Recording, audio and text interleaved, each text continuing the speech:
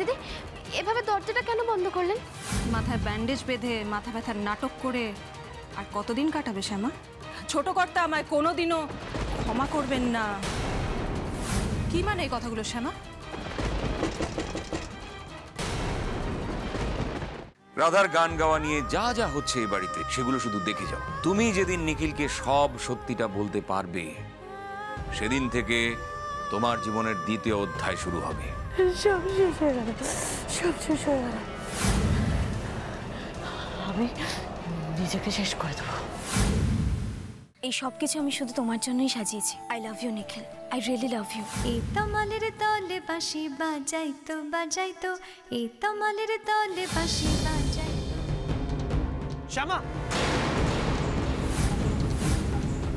আপনি গান গাইতে পারেন শ্যামা? এত বড় একটা সত্যি এতদিন আপনি আমার কাছে লুকিয়ে গেছেন, বলুন শ্যামা কেন? এই কেনর উত্তরই তো দিতে চাই ছোট কর্তা। আর কি বা বলা বাকি আছে শ্যামা? আপনার এই আচরণ আমি মেনে নেব না স্যার। সে আপনার উপর আমার যতই। ছোট কর্তা শুনুন আমার কথাটা। ছোট কর্তা, এখন আমরা দেখব নিখিল আর শ্যামা একে অপরকে কি গিফট দেয়। আমি জানি না আমি শ্যামাকে কি গিফট দেব, মানে কোন উপহার দিলে উনি খুশি হবে। আসলে আমাদের মধ্যে সেই জায়গায় তৈরি হয়নি, তাই তাই আমি কোনো উপহার কিনিনি। তোমার সাদা রংটা বরাবর পছন্দের, তাই তো? আর খাবার, খাবার তো তুমি সব খাবারই মোটামুটি খেয়ে নাও, মানে ভালোবাসো খেতে। তবে সবচেয়ে পছন্দের খাবার হলো কবজি ডুবিয়ে মাংস ভাত। আর একটা অভ্যেস, মানে একটা বদ অভ্যেস আছে, পাশ ফিরে ঘুমানো। আর আর আর ঘড়ি, ঘড়ি হচ্ছে তোমার খুব পছন্দের, খুব শখের জিনিস। তুমি যেখানেই যাও আর কিছু কেনো না কেন, ঘড়ি তুমি কিনবেই। কি ঠিক তো?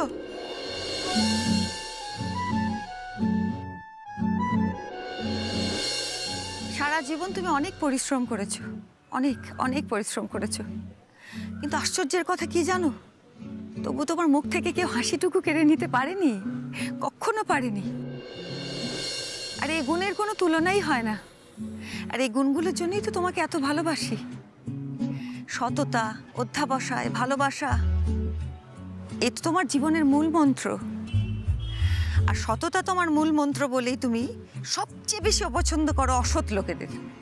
অসততা তোমার পছন্দের নয়।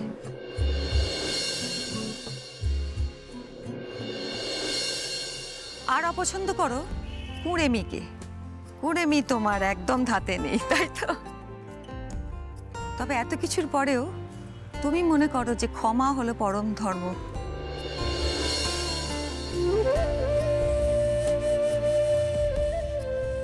কি কি দেখছো? এবার বলো, এই দীর্ঘ দাম্পত্য জীবনে তোমাকে ঠিকঠাক চিনেছি, জেনেছি, বুঝেছি, নাকি আরো কিছু জানতে চাও? বাকি আছে? না,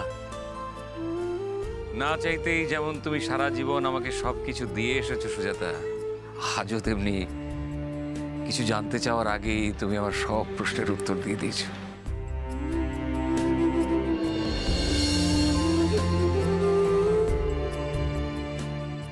আন্টি, এবার আপনি প্রশ্ন করুন।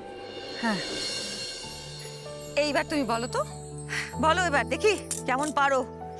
বলো তো, সবচেয়ে পছন্দের রান্না, মানে আমার কোন রান্নাটা করতে সবচেয়ে ভালো লাগে?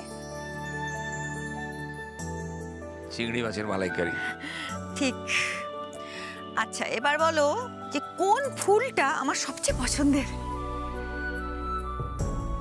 কৃষ্ণচূড়া। বলেছি?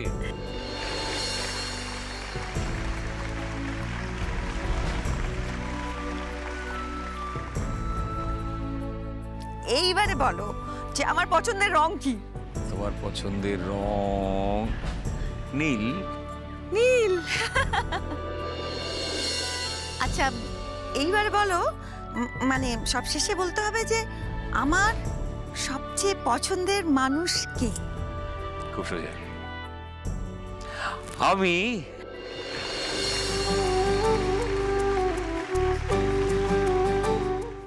আমাকে মিথ্যে কথা বলে আপনি অনেক বড় অন্যায় করেছেন শ্যামা। নিজের প্রতিভাকে চেপে রেখে আপনি অন্যায় করেছেন শ্যামা। নিজের গলা ধার দিয়ে আপনি রাধাকে সেলিব্রিটি বানিয়েছেন। আমি যা অন্যায় স্বীকার করার সবটা আপনার কাছে করেছি ছোট কর্তা। এবার আপনি আমার বিচার করুন।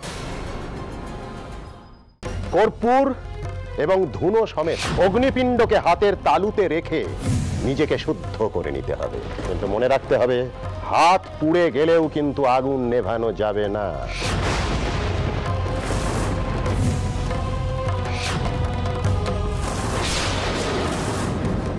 কাল আমি একটা প্রেস কনফারেন্স ডেকেছি।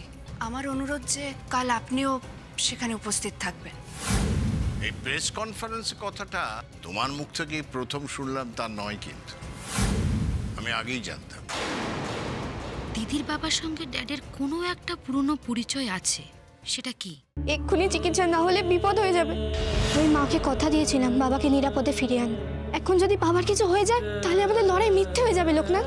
আমাদের এখান থেকে যেতে দাও, নইলে কিন্তু ফল ভালো হবে না।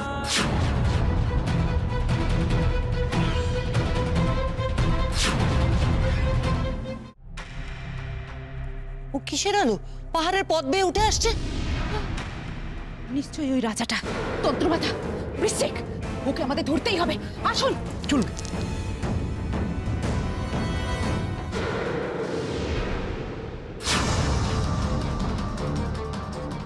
তুমি কি এখানে কিছু করছো? না বাবা। তাহলে কবিতা মুখস্থ করতে হবে না তোমায়? তুমি পড়েছো কবিতাটা? পড়তে হবে আর একটু। আমি জানি তুমি কি ভাবছো Subhash. Welcome, welcome sir. For you, sir, allow me to introduce myself. I am Richardson.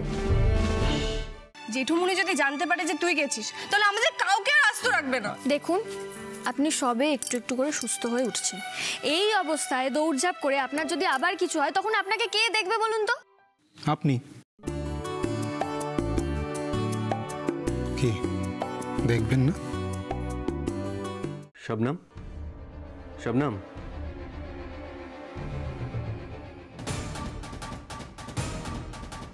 তুমি এখানে কি করছো? তুমি অজ্ঞান হয়ে পড়েছিলে এখানে। দেখো, বিনা অনুমতিতে তুমি আমার গায়ে হাত দিয়ে অন্যায় করেছো জস্তা। হোয়াট?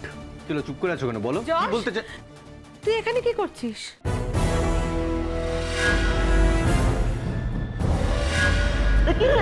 তোমার হাতটা ধরে আটকে দিল? কি সাহস! ও ধারণাই নেই আমি রোজ মুগুর ভাজি। ধরে এদের সরা থেকে সরা।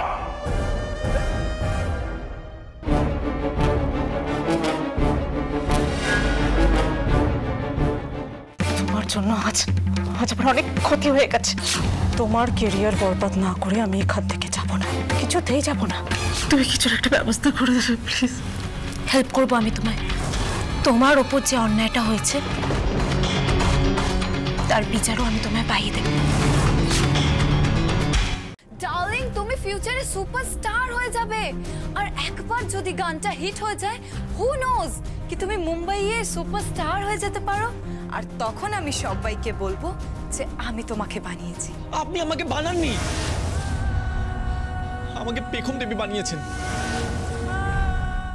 কর্পূর এবং ধুনো সমেত অগ্নিপিণ্ডকে হাতের তালুতে রেখে নিজেকে শুদ্ধ করে নিতে হবে, কিন্তু মনে রাখতে হবে হাত পুড়ে গেলেও কিন্তু আগুন নেভানো যাবে না।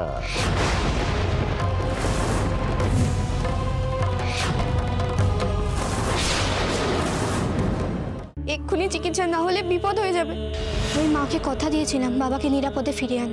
এখন যদি বাবার কিছু হয়ে যায় তাহলে আমাদের লড়াই মিথ্যে হয়ে যাবে লোকনাথ। আমাদের এখান থেকে যেতে দাও, নইলে কিন্তু ফল ভালো হবে না।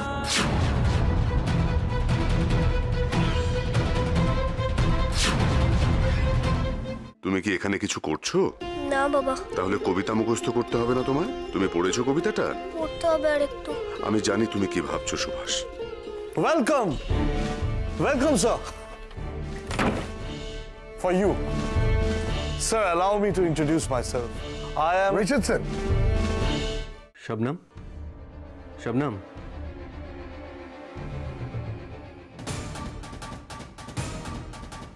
তুমি এখানে কি করছো?